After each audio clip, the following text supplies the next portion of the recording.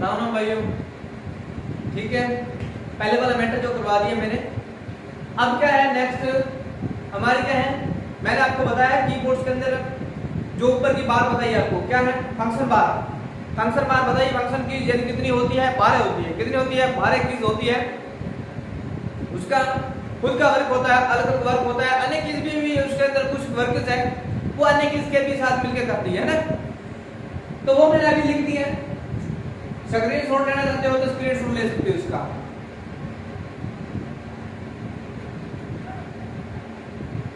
ये हमारे फंक्शन की चल रही है ना, मैं फंक्शन की भी कंप्लीट करवा रहा हूँ, यानी कि वो कुछ मैटर जो पीछे था जैसा भी था मैं अभी कंप्लीट करवा रहा हूँ, क्योंकि अभी हमारे कीबोर्ड में ही चल रहा है ना, वो चीजें हैं वो भी कंप्लीट कर देंगे।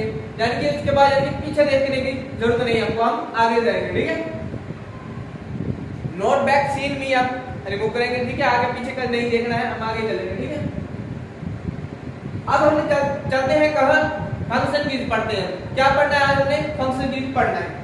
अब देखो फंक्शन कीज एक का खुद का वर्क होता है या कुछ कीज ऐसी भी है जो इसके साथ मिलकर काम करती है ना। मैंने लिखा है फंक्शन कीज कितनी होती है, 12 होती है। फंक्शन कीज कितनी होती है, 12 होती है। खुद का वर्क होता है इनका। F1 इसमें किसी का कंट्रोल का मींस नहीं है। अब मैंने यहाँ पे लिखा है, क्या लिखा है, सभी के आगे क्या लिखा है, F लिखा है। क्या लिखा है, F लिखा है। अगर आप भूल जाते हो, अगर एग्जाम के अंदर मान लो कि क्वेश्चन पूछ ले जिसमें फंक्शन कीज कौन सी है, वो आपको mouse they they, keyboard they they and जैसे प्रिंटर दे दे और एक आपको लिख दे F1 लिख दिया। अब वो पूछ लेगा इसके अंदर फंक्शन कीज कौन सी है, तो आपको पता होगा जिसके आगे F लिखा होगा तो वो फंक्शन कीज ही होगी। 100% यही है तो यही है, अदर तो नहीं हो जाएगा ना। अगर कंट्रोल के आगे F लगा देंगे तो वो नहीं बनेगा। होता है कई बार प्लस में लगा के, और जैसे कंट्रोल है उसको प्लस कर देंगे, F लगा देंगे उसके अंदर, जैसे A है तो A के आगे मान लो कि ये A है। अब ये A है, A मैंने यहाँ पे लिख दिया, इससे पहले मैंने A plus F plus A कर दिया, तो ये फंक्शन कीज नहीं हो जाएगा। ठीक है, तो फंक्शन कीज है वो अलग है, उसका खुद का काम अलग है। ठीक है, इसका घर अलग है। ठीक है, लड़ाई झगड़े में अलग है। अब देखो इसमें क्या है, करवा देंगे। चलो अभी चलते हैं आगे, क्या पढ़ना है, फंक्शन कीज पढ़ेंगे। F1 होता है हेल्प।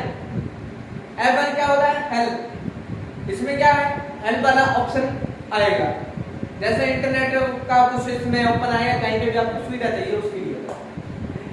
उसके बाद है F2 से क्या होता है, रीनेम। रीनेम क्या होता है, यानी कि इसमें फोल्डर का जो नेम है उसको बदलने के लिए। मैं यहाँ पे भी लिख दूंगी, कई बार आप भूल जाते हो, यानी कि फोल्डर नेम, फोल्डर का नेम चेंज करने के लिए। किसी का नाम बदला है उसको अपने नाम पे करना है, तो आप क्या करेंगे, कीबोर्ड से क्या दबाओगे, F2 दबा दोगे तो उस फाइल का नाम चेंज कर सकते हो। F3 इंटरनेट वाला एक बॉक्स ऊपर ओपन होगा। ठीक है, इंटरनेट की सुविधा देने के लिए। F4 अब देखो F4 के अंदर डबल काम हो जाएगा। क्या हो जाएगा अभी, एक तो इसके अंदर होता है शटडाउन, कंप्यूटर को शटडाउन करने के लिए। एग्जाम के अंदर कई बार दो क्वेश्चन एक साथ ही उठ जाते हैं, है ना, एक चीज से दो काम होते हैं भी। अगर एक दोनों चीज दी होती है तो वो इसके अंदर A और B दोनों भी आ सकते हैं ना। अगर वो दोनों अलग अलग दी हुई है तो वो A और B भी पूछेगा। अगर एक दिया है तो वो पूछेगा इसमें कौन सा सही है ना। अब देखो F4 से क्या होता है, कंप्यूटर को शट डाउन करने के लिए। F4 से क्या होता है, कंप्यूटर शट डाउन करने के लिए। और अगर हमने क्या भी कॉपीज की कमांड लगा दी है तो आप क्या करोगे, F4 दबा दोगे तो उसी का भी पेस्ट होगा। किससे, F4 से होगा। F4 पेस्ट भी करेगा और F4 से क्या होगा भी, कंप्यूटर शट डाउन भी होगा। कब होगा कंप्यूटर शट डाउन, आप सीधा दबाओगे नहीं, आपने कंप्यूटर को हमेशा जैसे शट डाउन करते हो उसको 2-3 बार क्या रिफ्रेश करना है और उसके बाद F4 दबा देना है। उसके बाद पूछेगा आपने रिस्टार्ट करना है, शट डाउन करना है, ठीक है, स्लीप मोड पे रखना है, तो वो चीजें इसमें आएगी। शट डाउन करना है, शट डाउन पे सीधा, अगर शट डाउन लिखा है ठीक है, अगर उसके अंदर कुछ ऑप्शन भी आते हैं भी आपने इसमें को सॉल्व करना, ठीक है। तो नेक्स्ट चलते हैं F5, पता होगा रिफ्रेश करने के लिए। रिफ्रेश क्या होता है, कंप्यूटर को जब फर्स्ट टाइम हम कंप्यूटर को चलाते हैं तो उसमें क्या होता है, कंप्यूटर रिफ्रेश करने से, जैसे हम कहते हैं हमारा फ्रेश माइंड सुबह का पढ़ना बहुत बढ़िया होता है, उससे क्या होता है हमारा जितना ज्ञान होता है वो पढ़ने में बहुत बढ़िया लगता है। सुबह जो चीज याद करते हैं ना वो हमारे दिमाग में परमानेंट स्थायी भी रहती है ना, भूलते नहीं उस चीज को। शाम को देखो पढ़ के मन नहीं लगता है शाम को पढ़ने में, है ना, यही है डिफरेंस। रिफ्रेश कंप्यूटर को जब हम फास्ट टाइम चलाते हैं तो उसको यानी कि कार्य करने की गति को यानी कि तेजी से करने की क्षमता करता है, ठीक है, तेजी को बढ़ाता है रिफ्रेश। F6 से क्या होता है, इंटरनेट सुविधा यूज करने के लिए, इंटरनेट की सुविधा यूज करने के लिए। F7 से क्या होता है, अगर स्पेलिंग ग्रामर चेक करने के लिए, स्पेलिंग या ग्रामर, स्पेलिंग कमांड लिख रखा है मैंने, स्पेलिंग कमांड। अब इसमें क्या होगा, अगर हमारा स्पेलिंग या ग्रामर गलत है, क्या होगा, अगर स्पेलिंग हमारी गलत है, मैंने यहाँ एस लिख दिया, एस से स्पेलिंग है, ऐसे क्या है, स्पेलिंग है, स्पेलिंग क्या होगी, स्पेलिंग आर, आर का मींस होता है रेड। अगर हमारी स्पेलिंग गलत है तो लाल कलर की लाइन आ गई। अगर हमारी ग्रामर जी से ग्रीन और जी से ग्रामर, जी से ग्रीन एंड जी से ग्रामर, जी से ग्रीन जी से ग्रामर, एस से स्पेलिंग, तो उसका कलर होगा एस आर, ठीक है, जी से ग्रीन और जी से ग्रामर, ग्रामर गलत है तो ग्रीन लाइन आएगी, अगर हमारा स्पेलिंग गलत है तो उसके बाद उसमें कौन सी, लाल रंग की लाइन आएगी, ठीक है।